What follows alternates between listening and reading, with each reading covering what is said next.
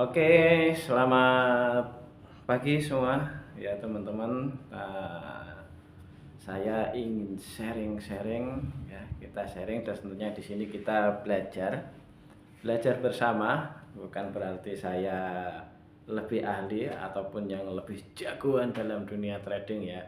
Apapun yang namanya bisnis itu tetap ada resikonya ya. Namun dengan adanya pengetahuan dan pengalaman tentunya kita nanti bisa untuk meminimalisir resiko atau meminimalisir kerugian kita dalam menjalankan sebuah bisnis. Nah, kebetulan kali ini saya ingin sharing tentang bisnis trading. Ya. Oke, untuk mempersingkat waktu ya, kita nanti belajar dengan cara yang mudah dan langsung saja. To the point, tidak perlu panjang lebar. Oke. Banyak di antara kita trading itu menggunakan berbagai macam sistem teknik ataupun hal-hal yang lainnya. Ada yang suka kelihatan catnya itu penuh warna-warni biar kelihatan keren. Ada juga yang polosan, atau juga cuma beberapa indikator saja supaya lebih simple dan juga nggak pusing ketika menganalisa. Karena jika bertumpuk-tumpuk indikator itu biasanya bikin bingung, katanya seperti itu. Karena di indikator A sinyalnya buy, di indikator B sinyalnya sell, dan indikator yang lainnya nggak tahu. Jadi bingung untuk memilih indikator yang mana. Nah, tapi di sini saya ingin sharing ya, menggunakan 3 indikator. Yang mana fungsinya nanti bisa menjadikan filter untuk penguat sinyal kapan kita eksekusinya buy, kapan kita eksekusinya sell. Nah, ini saya menggunakan 3 indikator, yakni moving average, yang satunya Bollinger Band, dan satunya RSI ya. Nah, ini tentunya sudah nggak asing mungkin buat kita semuanya. Tapi dengan cara 3 indikator ini saya akan berbagi atau sharing dengan cara yang sederhana. Nah, mungkin dari teman-teman juga sudah ada yang tahu, mungkin juga ada yang baru mulai. Nah, kalau untuk yang baru mulai, simak video sampai selesai. Oke? Oke, sekarang kita mencoba memasangkan indikator apa dulu enaknya ya? Moving average saja ya, MA. Banyak teman-teman yang menyebutnya ini MA, moving average. Oke, moving average.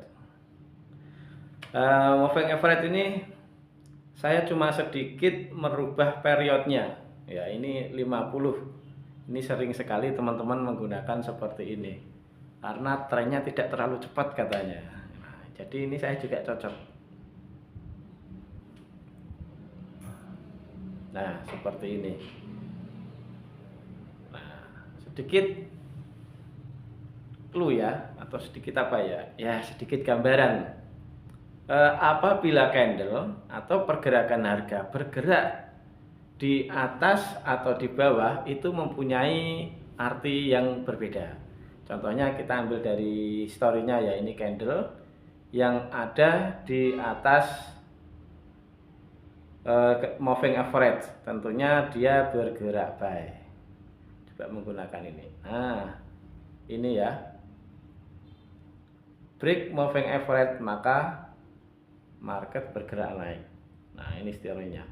Dan ini bergerak menurun karena setelah di break oleh candle dengan kekuatan besar. Nah, di market bergerak cenderung menurun secara bertahap. Nah, itu simple dan sederhananya seperti itu. Tentunya di balik pergerakan itu banyak hal-hal yang rumit yang bercampur aduk ya. Nah, tapi kita belajar yang sederhananya saja dulu. Nah, seperti ini. Ini kan juga ada yang tembus tapi kok balik lagi, tembus kok balik lagi. Nah, itu kita bisa bahas lain waktu atau tergantung request, nanti komen saja gitu ya. Oke, setelah ini semoga bisa dimengerti ya tentang membaca tren menggunakan moving average ya. Jadi kita mengambil rata-rata pergerakan. Nah, itu fungsi dari moving average itu seperti itu. Nah, yang kedua, kita mencoba pasang indikator RSI. RSI kita cari. Nah, Relative Strength Index. Oke, ini bawaan asli dari pabriknya ya, settingan pabrik. Seperti biasa yang kita ketahui, kalau RSI itu cara indikasi atau cara menganalisa yang sederhana itu kan ada garis dua ini, garis ya 70 sama 30. Nah, hasilnya.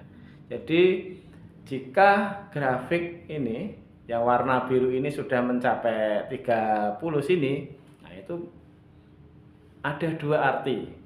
Ya, artinya memang trennya menurun.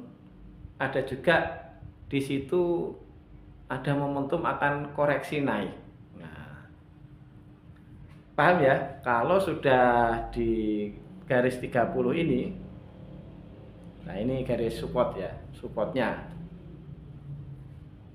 Market akan cenderung ikut turun atau bertambah turun lagi, tapi terkadang juga ada peluang naik. Nah, biasanya teman-teman nyebutnya apa? Ada yang bilang koreksi atau yang mantul kayak gitu ya. Pokoknya seperti itu. Contohnya seperti ini.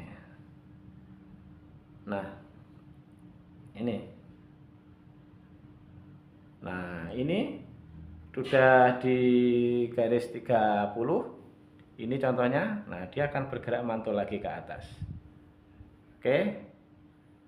Nah, kenapa kok turun lagi? Nah, ini ada dua jawaban juga. Seperti tadi, ini biasanya kalau sudah menyentuh ini ada dua kemungkinan. Ya, ini akan terus berlanjut menurun karena kekuatan strong melemah. Apa ya, strong ya, pokoknya penurunannya itu kuat ya, penurunannya kuat. Jadi kemungkinan masih terus akan berlanjut. Didukung lagi dengan indikator moving average sudah memberikan sinyal kalau bahwasanya market masih dalam keadaan tren menurun ya, atau downtrend. Nah, seperti itu. Oke. Nah, yang dari ini juga, nah ini atas juga peluang untuk menurun tetapi tidak naik ke atas karena sudah menembus moving average. Nah, seperti itu, sederhananya seperti itu. Saya harap dari penggunaan sederhana indikator RSI ini bisa dimengerti ya.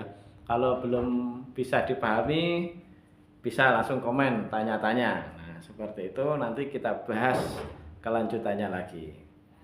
Dan indikator ketiga, oke, sudah paham ya. Semoga dengan RSI dan moving average sederhananya kita sudah bisa memahami. Jadi kita lanjut ke indikator yang ketiga.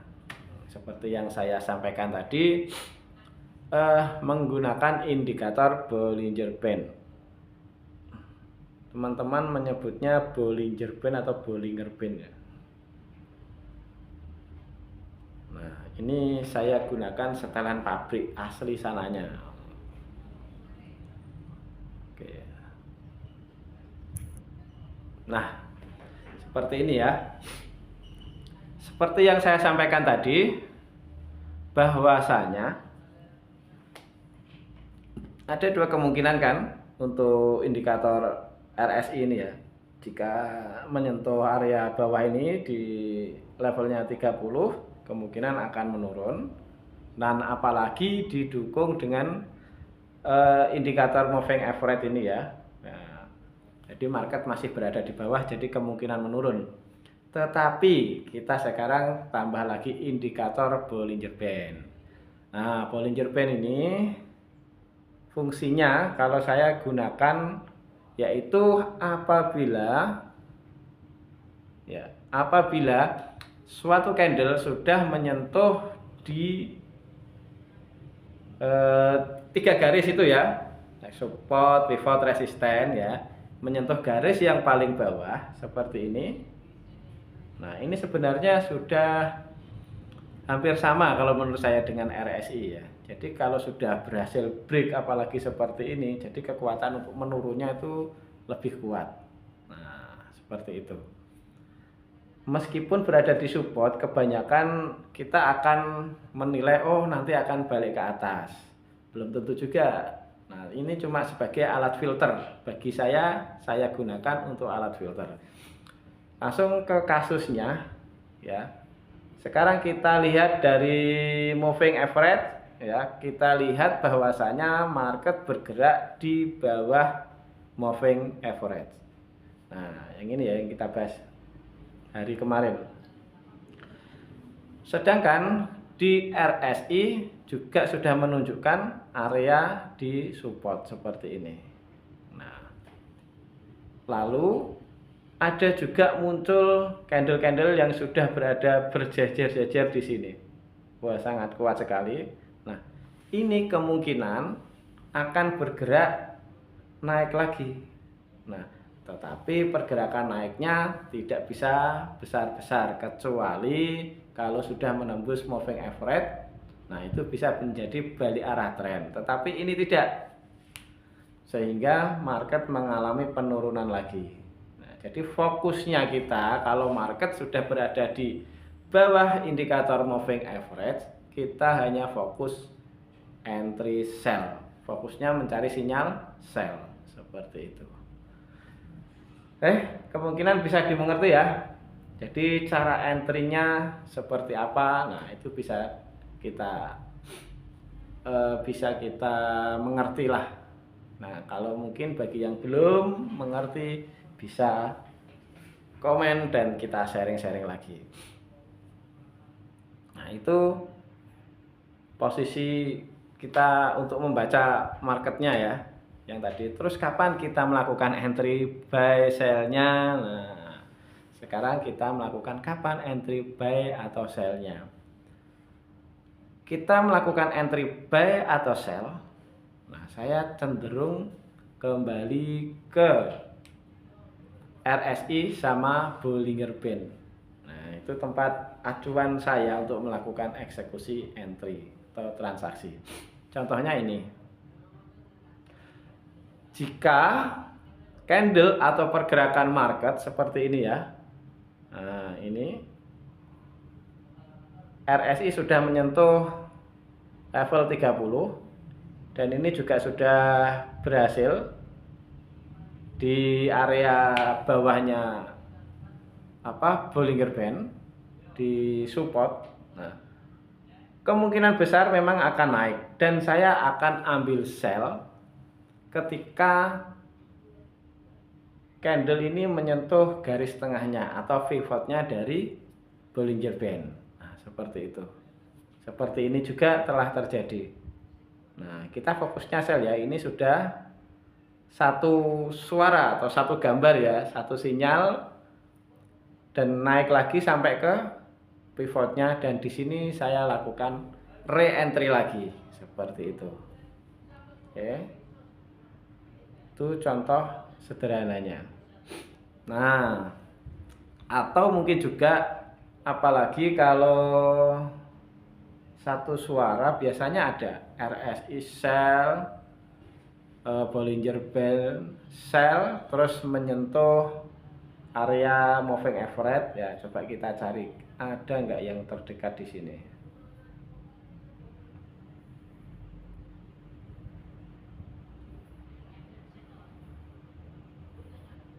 Oh, di time frame ini belum ada kayaknya ya. Yang mana? Oke, kita cari terus sampai ketemu.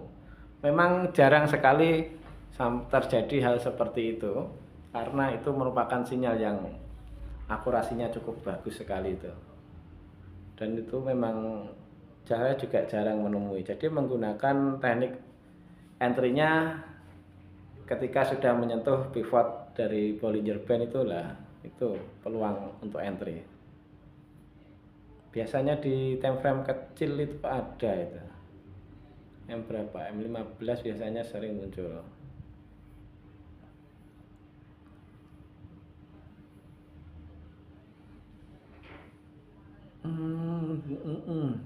kita mencari, tidak ketemu juga.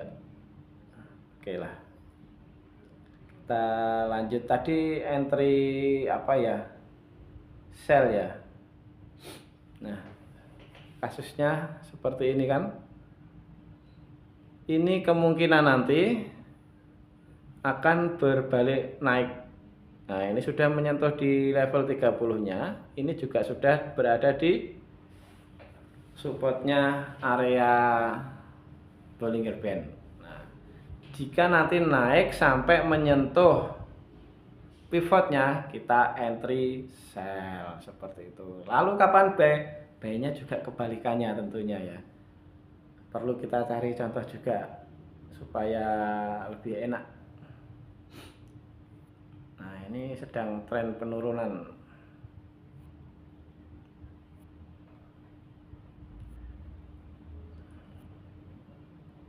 Oke. Nah. Oke. Ini contoh kasusnya seperti ini lagi ya. Ini tidak menyentuh, tidak menyentuh. Oke lah. Ini juga sudah dikonfirmasi sebelumnya, sudah dari awal ini ya. Nah, ini sudah trennya naik. Ini juga ya kan. Sudah di level 30 lebih, 70 lebih. Nah, itu memberitahu atau menyampaikan sebuah data bahwasanya market sangat kuat pergerakannya untuk terus uptrend. Nah, ketika uptrend, kita entry-nya di mana? Contohnya ini ya, misal kita telat entry, kita beberapa hari sudah sibuk nggak sempat mantau market, mungkin seperti itu ya.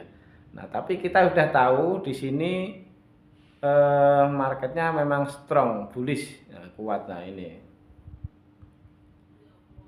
Dan di sini kebetulan mengalami pergerakan, ya, marketnya mengalami penurunan, pembalikan, tetapi pembalikannya ini cuma bersifat sementara ya.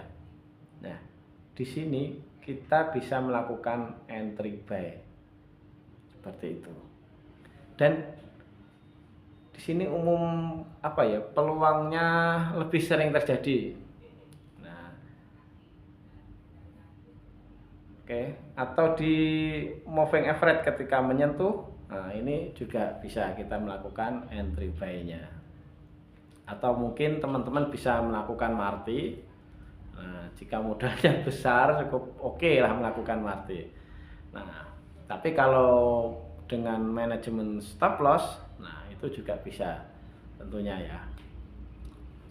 Oke, saya kira sudah paham ya mengenai entry, buy atau sell menggunakan 3 indikator seperti ini. Oke, sekarang untuk meminimalisir risiko. Nah, seperti yang saya sampaikan di awal bahwasanya semua bisnis itu memiliki risiko.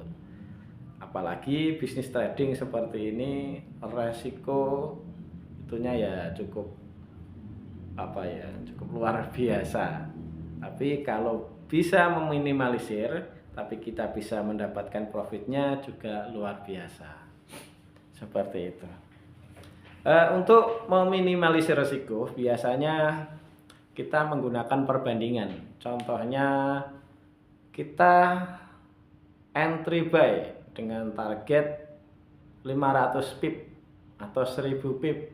Nah, tentunya untuk stop lossnya disarankan jangan 1:1.